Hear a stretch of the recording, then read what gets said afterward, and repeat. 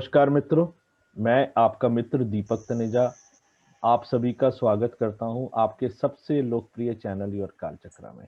मित्रों, आज हम एक बहुत ही बेहतरीन विषय जिसकी चर्चा अक्सर लोग करते हैं लेकिन सही उत्तर नहीं दे पाते, उस विषय पे आज हम चर्चा करने बैठे हैं सुशांत जी के साथ।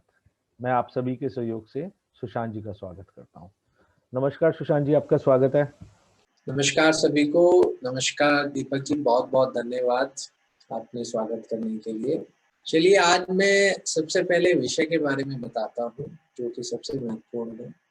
आज की वीडियो में हम लोग बात करेंगे कि कुंडली के 12 भाव में केतु ग्रह द्वारा उत्पन्न कौन सी चिंताएं होती हैं जो अक्सर व्यक्ति को या जातक को चिंता के माहौल में रखती हैं और उनका उपाय भी क्या है। लेकिन इस पर जाने से पहले मैं एक चीज क्लियर यहाँ पर कर देना चाहता हूँ कि इस विषय को लेकर बहुत सारे ज्योतिष आचार्य विद्वानों का अपना अपना मत होगा, जो कि अपने आप में बिल्कुल सही है, सत्य है।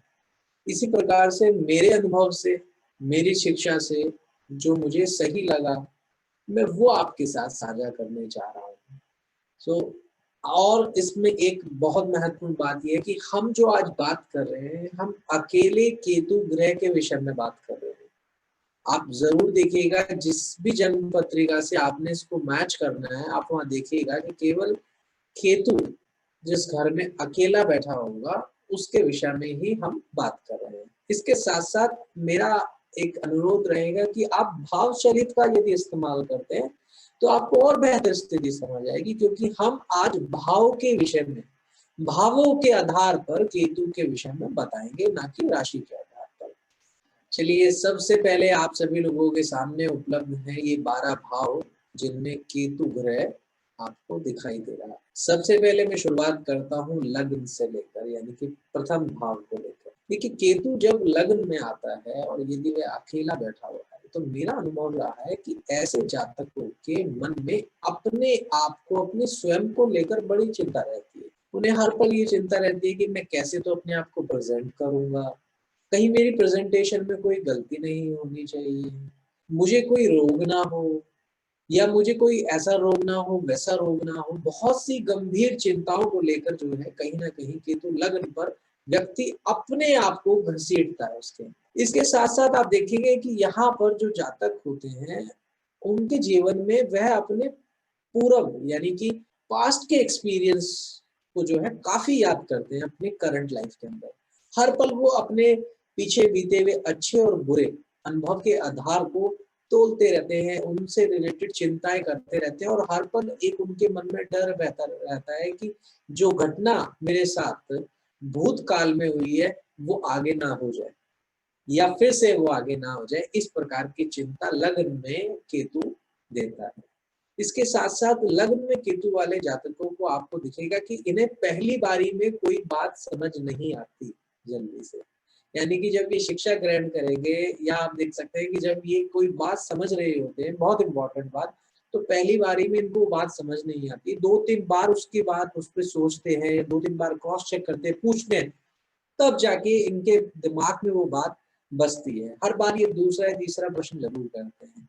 फिर इसके साथ में लग्न में केतु होने पर मैंने ऐसा अनुभव किया है कि जातकों में अपने साथ चीटिंग होने का भय उत्पन्न रहता है। हर समय रहता है कि मेरे साथ चीट ना हो जाए, या मेरे से चीटिंग ना हो जाए, या मेरे साथ चीटिंग ना हो जाए। उसका कारण ये होता है कि इनके साथ भूतकाल में, आप पिछले जन्म की बात करें या इनके वर्तमान से पीछे लाइफ की बात करें, तो चीटिंग हुई होती है, जिसके कारण इन्हें भय रहता है कि वह दोबारा रिपीट ना हो जाए। इसके बाद मैं बात करता हूँ दूसरे भाव के बारे में। यदि दूसरे भाव में केतु है तो कैसा रिजल्ट होगा। ऐसे में जातक को धन से संबंधित चिंताएं बड़ी सताती है, और ना कि अपने लिए धन की चिंता नहीं सताती। उसे रहता है कि मेरी फैमिली को पैसे की दिक्कत ना हो, उन्हें से धन से संबंधित उनको समस्याएं ना झेलनी पड़े, तो उसकी चिंता उन्हें सताती है। इसके साथ साथ अपने परिवार की एकजुटता के ऊपर भी उनको चिंताएं कहीं ना कहीं केतु देता है।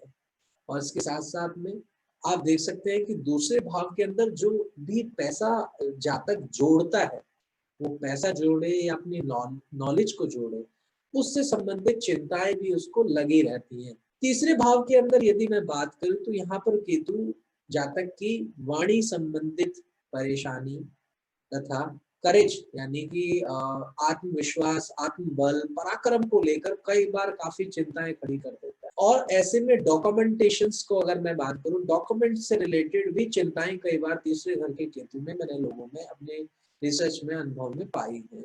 इसके साथ साथ में तीसरे घर के अंदर आप देखेंगे कि छोटे भाई बहन से संबंधित, अपने सिबलिंग से संबंधित चिंताएं जातक को रहती है। कई बार ऐसे लोग जैसी यात्रा प्रारंभ करते हैं, चाहे वो छोटी यात्रा हो या बड़ी यात्रा हो, एकदम से चिंताएं जो है एकदम उत्पन्न हो जाती है कि अरे ये सामान रखा है नहीं, ऐसा ना हो जाए, वैसा ना हो जाए। और कई बार इनको यात्रा से संबंधित भी परेशानियां होती हैं यात्रा के बीच में, जिस वजह से इनका ऐसा नेचर डेवलप हो जाता है। चौथे घर के केतु की यदि मैं बात करूं तो यहाँ पर जातक को हमेशा अपने घर में अच्छा माहौल रहे, खराब माहौल ना रहे, सुख में जीवन रहे, परिवार के लोग एकजुट होकर रहें, शांतिपूर्ण तरीके से रहें, इस प्रकार के विचार उसके हर पल मन में रहते हैं और चिंता सताती है उसे।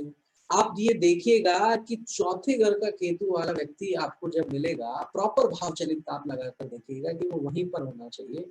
तो ऐसे लोगों से आप पूछेंगे तो ये लोग घर से जब बाहर होते हैं तब ज्यादा सुख का अनुभव करते हैं, जब घर में आ जाते हैं तो ज्यादा परेशानी इनको देखने को मिलती है और अब इनका मन घबराता है या मन इनका नहीं लगता है, घर में आने के बाद चिंता सताती है। तो चौथे घर के अंदर अपने पारिवारिक माहौल को लेकर, अपने सुख को लेकर, चौथे घर के केतु वाले लोगों से यदि आप बात करके देखेंगे तो इनके मन में हर समय एक ऐसे प्रश्न रहते हैं कि क्या मैं अपने जीवन में ये सुख भोग पाऊंगा, क्या मैं अपने जीवन में ये वाला सुख ले पाऊंगा। मतलब बहुत सी आशाओं के साथ, अपनी महत्वाकांक्षा के साथ पूरा कर पाऊंगा, ऐसे तरीके के सुख को लेकर इन्हें प्रश्न रहता है। पंचम भाव के केतु के अंदर मैंने ऐसी स्थिति देखी है कि अपने प्रेम को लेकर, अपनी संतान से संबंधित तथा अपनी शिक्षा से संबंधित चिंताएं कई बार सताती हैं, या केतु यहाँ पर परेशानी इससे रिलेटेड चिंताएं जातक को देता है। इसके साथ साथ पंचम भाव के अंदर आप देखेंगे कि यहाँ पर कई बार आपकी इमेज को लेकर, जिसे हम कहते हैं मान सम्मान को और इमेज को लेकर भी काफी कई बार चिंताएं यहाँ पर देता है। छठे भाव के अंदर केतु को मैंने रोग के विषय में सोचते हुए, रोग के विषय में चिंता करते हुए तथा यहाँ पर कर्जे को लेकर भी कई बार बहुत गंभीर चिंताएं देते हुए देखा है कि केतु यहाँ पे कर्जे से संबंधित समस्याएं देता है। छठे भाव के केतु वाले हमेशा ये सोचते हैं, जब भी उनका दुश्मन सामने आता है या उनकी किसी से लड़ाई होती है तो वो हमेशा प्लान करते हैं कि मैं ऐसे नहीं ऐसे करके दिखा दूंगा, मैं उनको ये करके दिखा दूंगा। लेकिन एक्चुअली जब वो सिचुएशन आती है तो केतु ऐसा होने नहीं देता, ना करने देता है, वो वैसा कर ही नहीं पाते क्योंकि वो सोचते रहते हैं उस विषय में। लेकिन छठे घर के केतु में जातक एनिमी को लेकर कितना भी प्रबल बनने की कोशिश करे लेकिन वो कुछ नहीं कर पाता, उसके बहुत नॉर्मल तरीके से वो डील करता है। बाद में वो कहता है कि नहीं मैं ऐसे नहीं ऐसे ऐसे चीजें भी कर सकता था। सप्तम भाव के अंदर केतु जो है अपने जीवन साथी से संबंधित चिंताएं उत्पन्न करता है जातक के लिए, साझेदारी या पार्टनरशिप को लेकर भी बड़ी चिंताएं उत्पन्न करता है। और सप्तम भाव के अंदर मैंने ये भी देखा है कि दुश्मन से संबंधित यानी कि जो आपका कंपिटिटर है उससे रिलेटेड भी काफी चिंताएं सप्तम भाव के अंदर केतु को देते हुए मैंने देखा है। अष्टम भाव के विषय में और सप्तम भाव के विषय में कुछ पॉइंट्स और मैच करते हैं कि सप्तम और अष्टम भाव में दोनों में मैंने केतु को देखा है कि ऐसे लोग अपने सेक्स प्लेजर या प्लेजर से रिलेटेड चिंताओं में रहते हैं, उससे रिलेटेड इन्हें चिंताएं रहती है अपने फ्यूचर लाइफ को लेकर, उससे रिलेटेड। इसके बाद में अष्टम भाव के केतु में लोगों को सर्जरी का बड़ा भय रहता है कि कहीं सर्जरी ना हो जाए, कहीं मतलब किसी तरीके की भयंकर चोट ना लग जाए या परेशानी ना हो जाए, दर्द वाली कोई सिचुएशन ना आ जाए जो उनके लिए परेशानी क्रिएट कर दे। और लॉसेस को लेकर, अपने बहुत सारे नुकसान को लेकर इन्हें काफी चिंता बनी रहती है। नवम भाव में कुछ खास चिंताएं केतु इस तरीके की नहीं देता, लेकिन पिता से संबंधित चिंताएं, अपने पाठ पूजा के रिचुअल्स पूरे ना होना या पाठ गुरु के स्थान पर कई बार ना जाना या पूजा ना कर पाना, तो उसको लेकर कभी कुछ लोग बौखला जाते हैं कि मैंने आज पूजा ही नहीं करी, मेरे से पूजा ही नहीं हो पाई, बड़ा बड़ा चिंता रहती है उन्हें इससे संबंधित। बाकी नवम भाव के अंदर केतु कितनी अधिकतर चिंताएं मैंने नहीं देखी। दशम भाव के अंदर केतु प्रोफेशन से रिलेटेड काफी चिंताएं दे देता है जातक को और परेशानियों से रहती है कि अचानक कब कहीं मेरी जॉब तो नहीं चली जाएगी, कहीं मेरी जॉब तो नहीं छूट जाएगी, क्योंकि केतु ब्रेक करा सकता है, छुड़वा सकता है, रुकवा सकता है किसी चीज को। इस तरीके की सिचुएशन दशम भाव के अंदर देखिए। मान सम्मान और कर्म को लेकर भी बड़ी चिंता है दशम भाव का केतु लेकर। 11वें भाव के केतु के अंदर लाभ से संबंधित चिंताएं रहती हैं। लाभ मिलेगा, नहीं मिलेगा। लाभ, क्योंकि भूतकाल में ऐसा अनुभव होता है जिसमें लाभ से संबंधित काफी दिक्कतें होती है, तो ये थिंकिंग और डेवलप हो जाती है। लेकिन जो इस पे काबू पा लेता है, जो ये सोच लेता है कि मुझे लाभ पे नहीं जाना, मुझे सिर्फ कर्म पे करना है, लाभ पे मुझे नहीं देखना है, फल पे नहीं देखना है, तो यही 11वें भाव का केतु अच्छा रिजल्ट देना शुरू कर देता है। 11वें भाव में एक चीज मेरे अनुभव में आई, यदि 11वें भाव में केतु अकेला है तो ऐसे में कई बार जातक बहुत शिक्षित होता है, बहुत काबिल होता है, लेकिन उसके बाद भी वह अपनी शिक्षा व अपनी काबिलियत से लाभ नहीं उठा पाता, तो वैसे उसको लाभ नहीं मिल पाता। इस प्रकार की स्थितियां भी 11वें भाव के केतु में देखी गई है। 12वें भाव के केतु के विषय में यह है कि ऐसे लोग जल्दी से टेंशन लेते नहीं है। ऐसे लोग टेंशन, ये मतलब इन्हें कोई खास चिंता यहाँ पर परेशान नहीं करती, लेकिन इन्हें चिंताएं केवल ये होती है कि मैं दान कैसे दूंगा, मैं किसी की सहायता कैसे करूंगा, या वहां दान देने के लिए मुझे पैसे कहाँ से अरेंज करने हैं, या मुझे सामान कहाँ से अरेंज करना है। कुछ इस प्रकार की स्थितियां होती हैं। और 12वें भाव के केतु वाले लोग अधिकतर मैंने देखा है कि कुछ ऐसे बात करते हैं कि जो होगा वो तो नसीब में जो लिखा है वो तो ऊपर वाला करेगा, जिस ऊपर वाले ने सबके लिए करना है। कुछ इस प्रकार की विचारधारा आती है। यहाँ पर मैं एक चीज और ऐड करना चाहूंगा कि केतु के इन भाव में बैठने के साथ साथ केतु आपके उस स्पेसिफिक शरीर के अंग से संबंधित भी चिंता देता है। लग्न पर रहने पर सर से संबंधित बड़ी चिंता रहती है जातक को कि बीमारी या मुझे चोट वोट सर से संबंधित ना लगे, बड़ा सेंसिटिव उसका दिमाग रहता है। दूसरे भाव के अंदर गले से संबंधित और आपके फेस से रिलेटेड उसे काफी बह रहता है। और अधिकतर आप पाएंगे कि जिन जिन भाव और जिन जिन शरीर के अंगों का मैं नाम ले रहा हूँ वहां पर चोटें लग भी जाती हैं कई बार, मैक्सिमम केसेस में। तीसरे भाव के अंदर अपनी बाजुओं को लेकर, अपने हाथों को लेकर तथा सांस आदि से संबंधित दिक्कतें परेशान करती हैं। उससे भाव से संबंधित जातक बड़ा सेंसिटिव रहता है। चतुर्थ भाव के अंदर केतु वाला जातक अपनी चेस्ट को लेकर काफी ज्यादा सेंसिटिव होता है, बड़ी कमजोर जैसी स्थिति उसके वहां पर हो जाती है। और कई बार मैंने देखा है चतुर्थ भाव में वो जितना सेंसिटिव होते हैं, प्रॉब्लम्स भी जब उस एरिया पर आती है तो वो उन्हें काफी परेशान करती है। जैसे कंजेशन हो जाना, खांसी जुकाम वगैरह में अगर ये भाग पीड़ित होता है तो बहुत परेशान करता है। पंचम भाव के अंदर कहीं ना कहीं पेट के आसपास, पेट से संबंधित, बैकबोन से रिलेटेड भी कई बार समस्या मिलती है। छठे भाव के अंदर पेट में के आसपास जहां पर हमारी जो आंतें काम करती हैं या उस एरिया से संबंधित जो है, बड़े रोग से बड़ा डर लगता है, उस भाव से संबंधित, उस भाग से सेंसिटिवनेस रहती है। सप्तम भाव के अंदर जैसे कि पता है कि हमारे सेंसिटिव ऑर्गन से वहां से रिलेटेड, 8th हाउस का भी वही संबंध होता है सेंसिटिव ऑर्गन से। 9th हाउस के अंदर नीज को लेकर अगर हम चले, थाई और घुटने के आसपास स्थितियों को परेशान करता है और उससे संबंधित चिंता भी रहती है, चोट भी लगने के चांसेस होते हैं। दशम भाव के अंदर घुटने से संबंधित परेशानी का बड़ा, अगर दशम भाव के अंदर यही केतु खराब ग्रहों से बड़ा संबंध बना ले, जो कि मेलेफिक हैं और ज्यादा, तो कई बार बहुत ज्यादा सर्जरी वगैरह भी होने के चांसेस होते हैं उस एरिया में।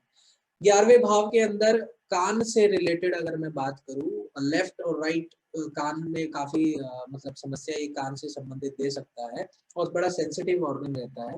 12th हाउस के अंदर आंखों का अगर मैं बात करूं तो आंखों से संबंधित भी कई बार सेंसिटिवनेस रहती है। चलिए अब हम बात करते हैं कि उपाय क्या है। चलिए उपाय के विषय में आज मैं यहाँ पर बताऊंगा कि यहाँ पर मैंने अलग अलग भाव के अनुसार कुछ उपाय डिसाइड किए हैं अपने नॉलेज के अकॉर्डिंग, जो कि मैं आप लोगों के साथ शेयर कर रहा हूँ। देखिए, पहले, तीसरे और छठे भाव में यदि केतु होगा, लग्न में, तृतीय भाव में और षष्ठ भाव में, छठे भाव में यदि केतु विराजमान हो, तो ऐसे में हनुमान जी की उपासना करनी चाहिए। हनुमान जी की उपासना करने से यहाँ पर केतु ग्रह शांत होता है, आपकी चिंताओं से आपको मुक्त रखता है और आपको अच्छा लाभ मिलता है। दूसरे भाव, चतुर्थ भाव, पंचम भाव और नवम भाव पर केतु होने पर ऐसे में किसी गुरु की सेवा करनी चाहिए, किसी गुरु को आधार मानकर उनकी पूजा करनी चाहिए, या ऐसे मंदिर में जाना चाहिए जहां पर गुरु आदि पूजा हो जाती है। जैसे साईं नाथ की बात करें, साईं बाबा को एज़ अ गुरु उपाधि मिली हुई है, तो उस तरीके के मंदिर की आदि की आपको लाभ पहुँचेगा। सप्तम भाव में यदि केतु होता है तो मेरा अनुभव है कि दुर्गा या लक्ष्मी जी की आप लोगों को पूजा करनी चाहिए, जिससे आपको विशेष यहाँ पर लाभ प्राप्त होगा।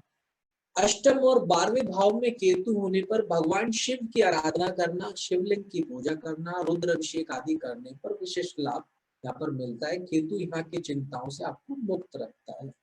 दसम और एकादश भाव में केतु होने पर गणेश जी की उपासना करनी चाहिए, क्योंकि ये दोनों ही भाव आपके जीवन के बहुत महत्वपूर्ण है। एक कर्म है और एक कर्म का फल है, तो दोनों ही अच्छे मिले तो यहाँ पर गणेश जी की उपासना करने से विशेष लाभ होता है। बहुत बढ़िया। बिल्कुल अलग से हटके आज आपने टॉपिक को लिया और बिल्कुल अलग से उसकी व्याख्या की है। बहुत बढ़िया वीडियो के लिए धन्यवाद। और मैं सभी से कहूँगा, सुशांत जी का मोबाइल नंबर और ईमेल एड्रेस है, जिनको कंसल्टेंसी लेनी हो वो संपर्क कर सकते हैं। इसी के साथ नमस्कार, धन्यवाद।